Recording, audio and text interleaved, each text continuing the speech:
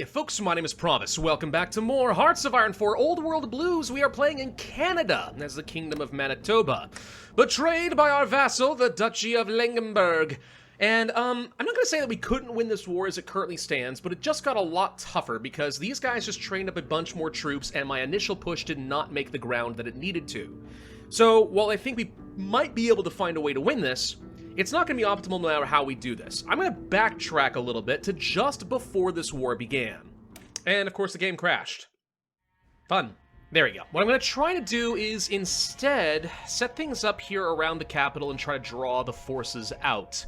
See if we can't maybe cut off these troops, kill them, run and grab the capital, and then wreak havoc a little bit, rather than attack them where they are currently the strongest. There's no point in fighting up here in the north. It's just not enough value. We've got to find a way down here. So go ahead and rearrange something like this. This sometimes works against the AI in that they will see open victory points and a path to get them, and they'll think, oh my god, let's go ahead and run across the river. Then you don't have these nasty combat penalties as you're fighting. They're drawn out here, and if they go far enough, you smash them, encircle them, kill them, rush across the river, and that can deal with things. That's a tried and true tactic in Old World Blues. I'm hoping it's going to work again.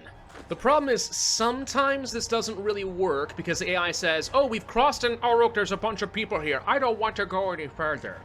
In which case, it's still better than fighting them across the river because you can fight them on your grounds, make them retreat, and then while they have low organization, try to just push them hard. But what you really want them to do is just like actually way overextend themselves. Way overextend. Also, I think I got a little bit of intel on some of these units. They are strong. Like, their defensive infantry have way more units than I do. So attacking into some of where they are strongest here would just be suicidal, and we have no reason to do that. It just would not be good. So yeah, like, we're in a weird position here where I really don't think, if we can't take this one river, I really don't think we can beat these guys as they currently stand. I think we have no choice but to try to outmaneuver them. See, now they're going to attack me. Where are you guys going, though? Looks like you're going to the north. You're not going to cross over here? This may not work. Nope, see, here we go. All right, this guy's going to try to cross. All right, let's see if this actually does me any good. Okay, so one of them is going to go south. This is the kind of thing you want to see. So if we were then to attack this after this guy's out of position, we kill him. He's probably not going to move these units here. But we've got enough units, we should be able to surround and kill him quickly, then kill off this infantry, and that's a lot of dead manpower. And if this guy's weak, we rush across. And it's very important we do all of this as quickly as possible here, right? Because we do not want him to have time to get some more units. See, this guy's going to get absolutely obliterated. We're not going to attack the Republic. He's going to fall apart, hopefully. He just got some reinforcements in. Okay, he just sent a lot of reinforcements in. Maybe this is not going to work after all. I mean, it might. Some of his units haven't joined the fray yet, so now they've reinforced. Still getting pushed back pretty hard here. Yeah, he's sending a lot of units back in here. This is now about to become a really nasty slog. We can still win this, but that didn't quite work the way I thought it would. He had more reinforcements hidden back here that I wasn't expecting. On the plus side, maybe we can make something happen here now. And that's the other alternative. If he's going to drop all of his forces off of the front line here, he's made himself weak elsewhere where we can pin him down, and then maybe we can find a way to get across. And that also will do the job just fine. But yeah, he's just recovering and trickling his units in fast enough that I'm not sure it's going to work. Maybe. Let's try hitting from this end as well. Just need to find a way to get through. Any break is all I'm looking for here. Nah, see, he's gotten wise to this. Now he's not willing to back off. Still, he's not willing to pull these troops back because he doesn't know what I'm going to do. So if I can just get one of these militia units to fall apart, this might be all we need. Now we're focus firing. His organization is falling quickly. And there. Okay, we're through. Perfect. So now we're going to go ahead and capitalize on this instead. And again, if I can surround and kill these units, that's a huge blow. So I'm going to use my fast movers to try and do exactly that. Now we may need to send a couple more reinforcers down here. He's trying to get around here. He's pinning me down in a couple spots there. My Mounties are pinned. They can't get in.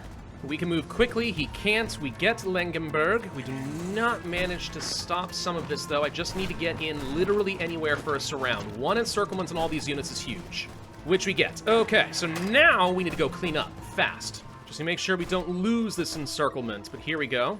Push those guys out of there. We've got our extra manpower over here. That's nice. Lord of Dogs. Do we need that right now? could be nice to go ahead and get some of the... I don't know if this does me a lot of good. Add a dog support battalion to each men-at-arms. Like, I don't have enough dogs to reinforce that. Are they going to give me the extra dogs? I don't know. If it makes things better, it could be worth it. Let's just go ahead and grab Lord of Dogs for the extra breakthrough, if nothing else.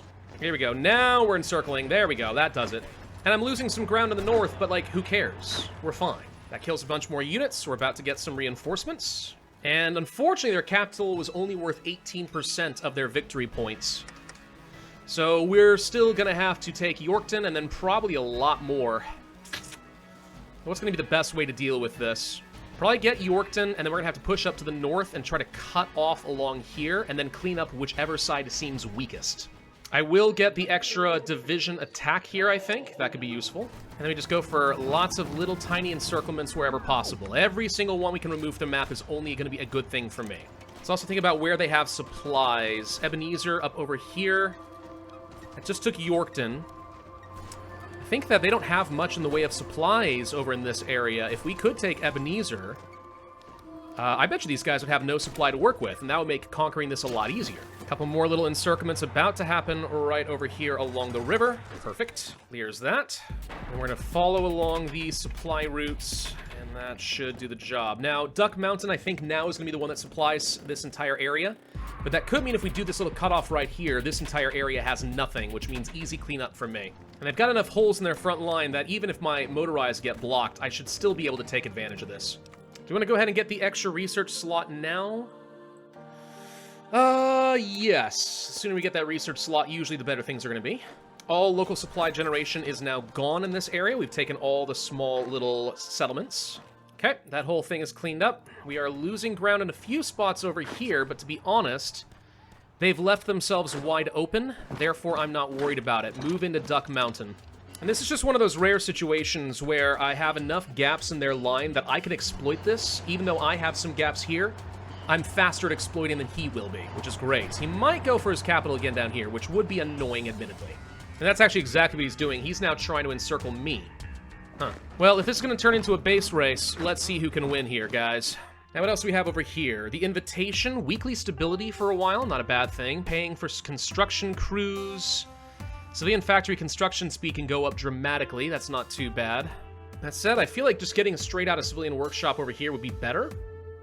Yeah. And actually, they didn't even take their capital back, which is hilarious. So we're about to grab Yorkton plus all these other victory points. And that's the end. Boom. All right. Overall, would I say that went a lot better? Yeah.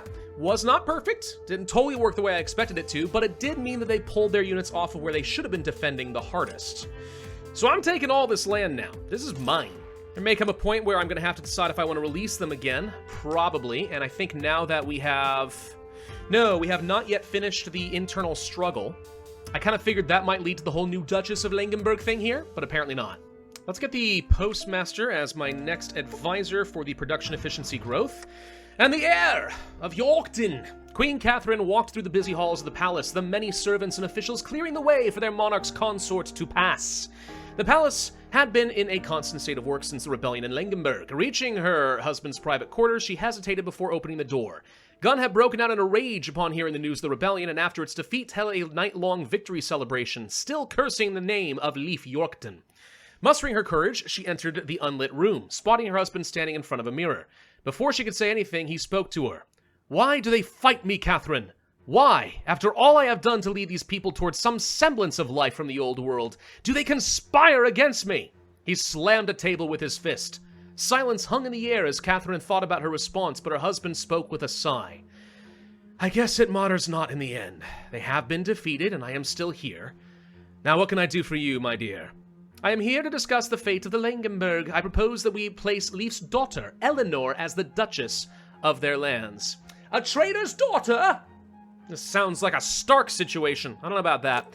We could try it, though. Gunn turned to his wife, confusion and slight anger evident on his face.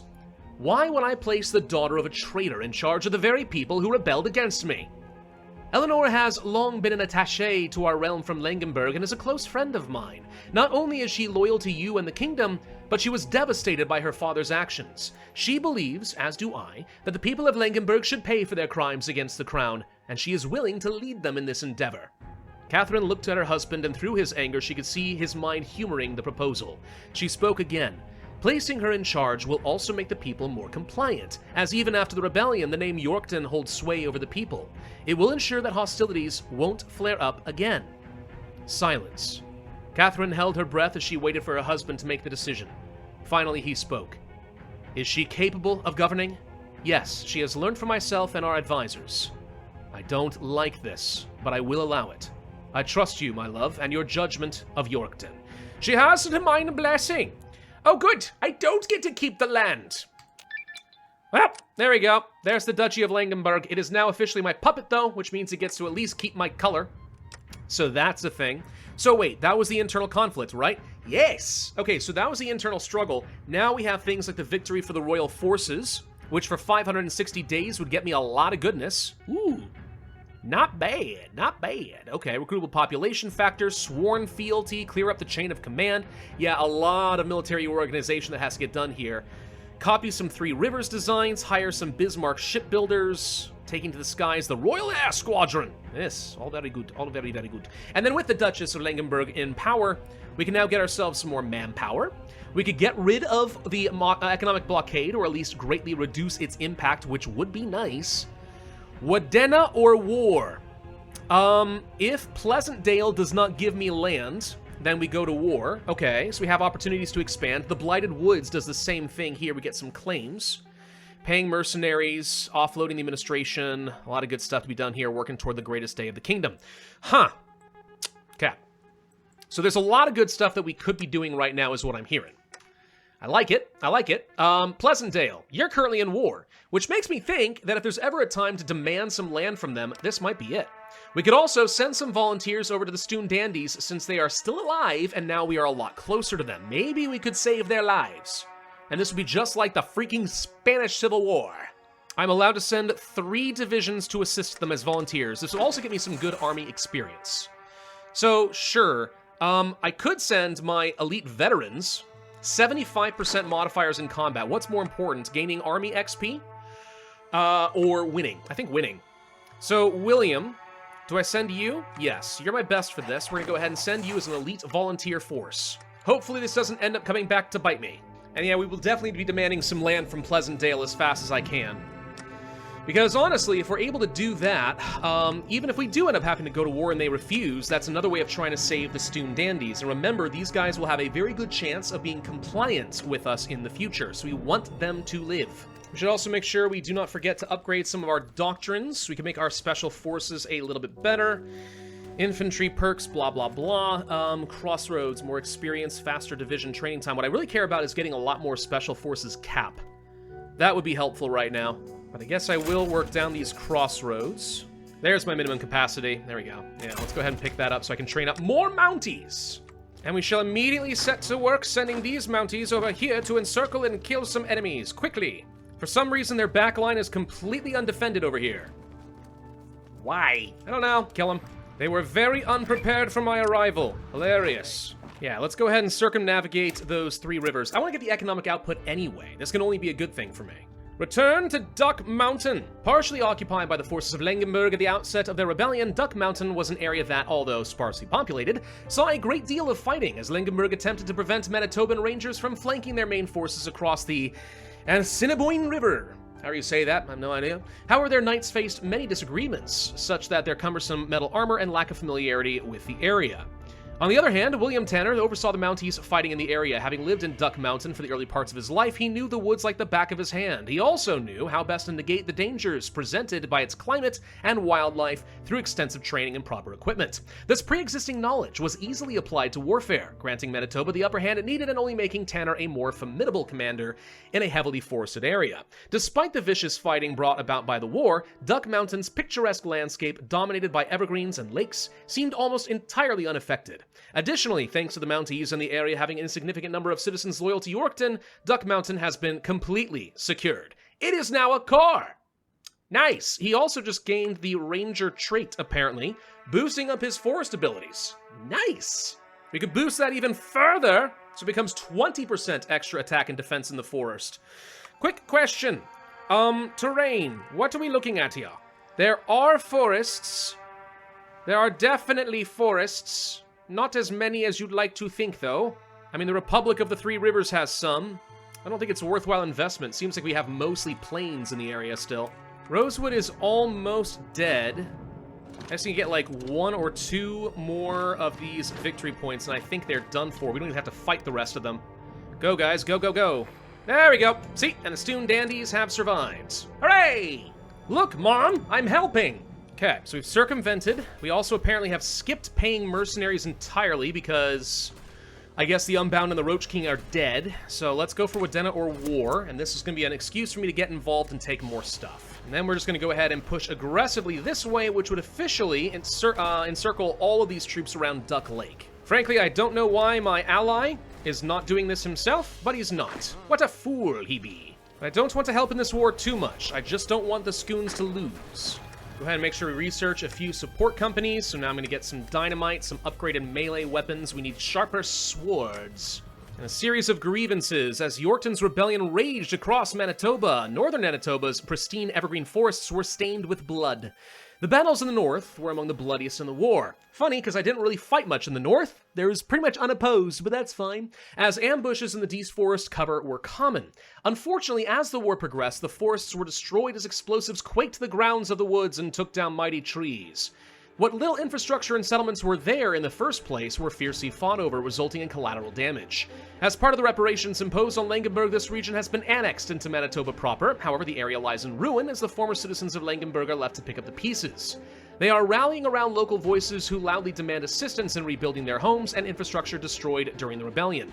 While many of these people supported the uprising, they are now under our control, and this presents a chance to bring them firmly on our side. Spend money I don't have to make it into a core. Or just make it compliant. No, we'll just make it into a core. Yeah, I don't have money. We'll get money in a couple of months, right? It'll be fine. Let's keep in mind, by the way, that we have a few months until I think there's a chance that the Republic of the Three Rivers and the Metis Congress are going to attack me. So we do not have a lot of time to finish this off. All the more reason I would really like to get Wadena myself. Please do not kill them too fast. They're moving for it. Oh, frick me. They're going to do it. No, no, no, no, no, no, no. No, stop, stop. Don't make them capitulate. Don't you freaking do it. Wait a minute. I have only 5 days left. An expedition from Arborg. Today, a ragged but determined expeditionary force from Arborg arrived, bearing gifts of technology and scavenged goods. The purpose was to find valuable resources and technology to aid their regime and improve their relations with us. Sure, something's gonna happen. We get a bonus towards something here. Cool, cool, cool. Strathome is doing more stuff. I mean, the communists are being communists. Whatever, it's fine. Don't you dare capitulate. Don't you do it. They gave me the territory. Now we can kill them. Let's keep in mind, by the way, that the faction that could attack us is basically our entire south. The second coalition here.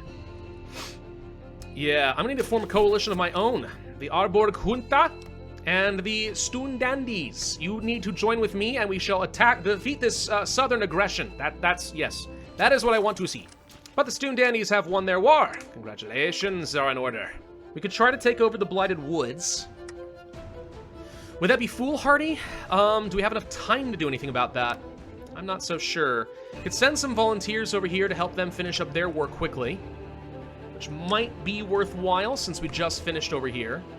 Stabilizing the realm. I feel like we need to do things like the victory for the royal forces, get the war support, production, and everything else. Rebuild. Send the Mounties once again over here. Not that I think they need the help. It looks like they're going to win this anyway. We have our victory. Do we want to go for the mobilization speed and recruitable population factor? Absolutely we do. More manpower is only a good thing. How much more logistics can I handle? I'm out of special forces equipment, but we can start training up some additional men-at-arms, and I think that's worth it while I have some manpower. Let's go ahead and add our forces over here. We can push these guys back in no time flat, I think. Get up to the Grand Rivers Dam and the Damned, which now that I think about it, they're probably called the Damned because they have a dam, right? That's a bit of a play on words, but I suspect that's exactly it. Get in here, and that should end their war, right? No, not quite. That's fine. Get into Easterville. That should do the job. Okay. So our little buddy over here, who hopefully will join our kingdom, has gotten a fair bit stronger. All I can say is if the Stoon Dandies and the Arborg Junta do not help me in this war, I'm going to be exceptionally disappointed. We're up to 12 civilian factories, by the way. We're gonna have to start getting some more military factories. I feel like we're kind of out of time. I'm surprised how long it has taken so far to build any of these up. These civilian factories are still slow as molasses. Okay, we should be getting some nice recruitable population factor. The mobilization will catch up with that. New chain of commands. No. Probably don't need that yet. New elites, more minimum forces, special forces capacity could be great. Stabilizing the roots, renewing the world charter, conquering the gateway? I don't know. I don't know about any of that. We don't know that we're going to get attacked very quickly. I suspect we will, but we'll find out. Let's go ahead and get myself a civilian and military factory for both myself and for my vassal state. How's our defenses looking over here against the Metis Congress? Not great. We haven't been able to fill every gap yet. We do have a little bit of help from our vassal. It's not a lot. I think it's time to go ahead and get to our next round of economic techs. We do not have enough troops to defend this. This really is making me a little on the nervous side. But if I'm right, we should be getting a fair bit more population. Our mobilization should catch this up pretty quickly.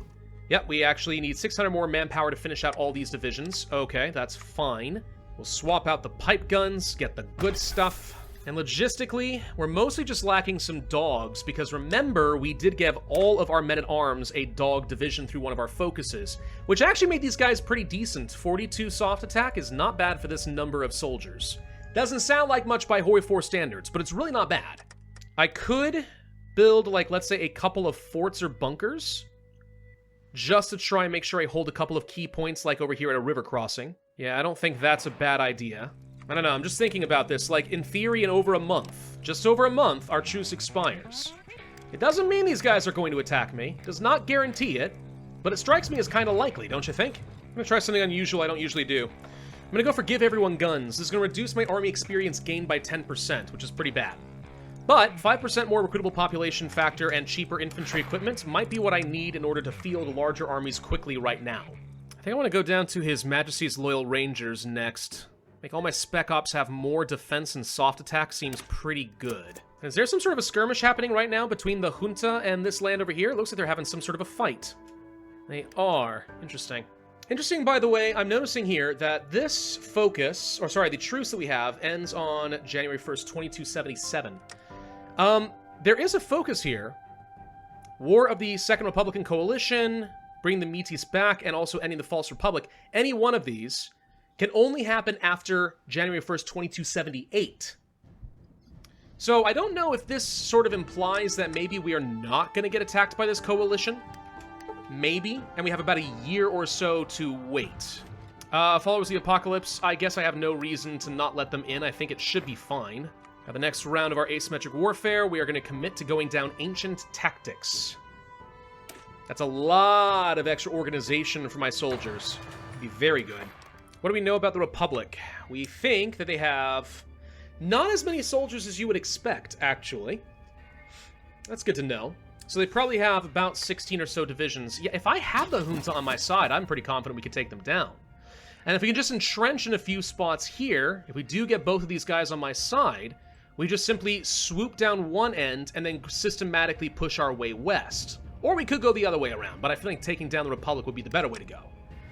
That's kind of what I want to do. I'm not sure if it's going to work. Another expedition from Arborg. Thank you for more free things. I'm going to go ahead and get a claim on the Blighted Woods. I don't know that I'm going to get to do anything with it. We're going to find out. I mean, it is January right now of 2277. So, if they haven't declared war on me yet, maybe that means they can't. They don't have any claims on me. So maybe we can't afford to attack up in the north, clear this area out. Now, my biggest issue is I don't have enough manpower to actually have any garrisons. That's a bigger issue. How's the rest of the world looking, by the way? Whoop, game, don't pause it. There we go. Zooming out, looks like MacArthur's growing. NCR, Kaiser, they're doing what they do. Not a lot happening in Mexico. Texas Brotherhood has grown a bit. There's something happening here with Shale's army. That's bigger than I expected, but okay. Yeah, for the most part, this looks like a very standard game. Not too much crazy stuff happening in our world, so we can just kind of focus on our little corner and not worry about them. All right?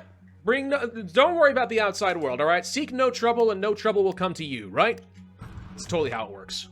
Actually, something I think we need to start working toward is getting some more conscription law. But to do that, I need to either have no subject, which isn't going to happen, or I need to have rebuilding our might or gather our banners.